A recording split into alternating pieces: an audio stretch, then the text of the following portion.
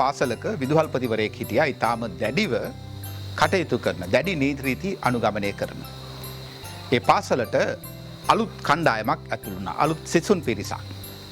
එයා හිතාගත්තා මේ සිසුන් පිරිසට මුල් දවසේම හොඳ පාඩමක් කියලා දෙන්න ඕන. විනය පිළිබඳව, කීකරුකම පිළිබඳව. එයා ඒ සිසුන් කණ්ඩායම එදින උදෑසන කැඳවනවා රැස්වීමකට. රැස්වීමකට කැඳවලා පේලි ගැහෙන්න කියලා හැමෝටම කියනවා ඔබේ ඇතුල්වීමේ කාඩ්පත දකුණු අතින් ඔසවන්න කියලා. ඔබේ හැඳින්වීමේ කාඩ්පත දකුණු අතින් ඔසවන්න. හැමෝම බියෙන් තැතිගෙන දකුණු අතින් ඇතුල්වීමේ කාඩ්පත ඔසවා සිටිනවා.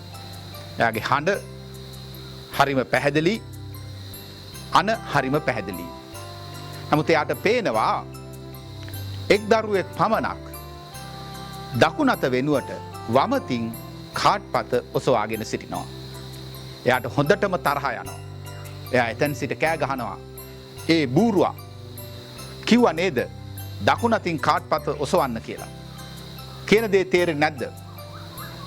කාඩ්පත ඔසවනවා දකුණු අතින්. නමුත් ළමයා ඒකට ඇහුම්කම් දෙන බවක් පේන්නේ නැහැ. එයා හිටිවනම වම් අතින් කාඩ්පත ඔසවාගෙන සිටිනවා.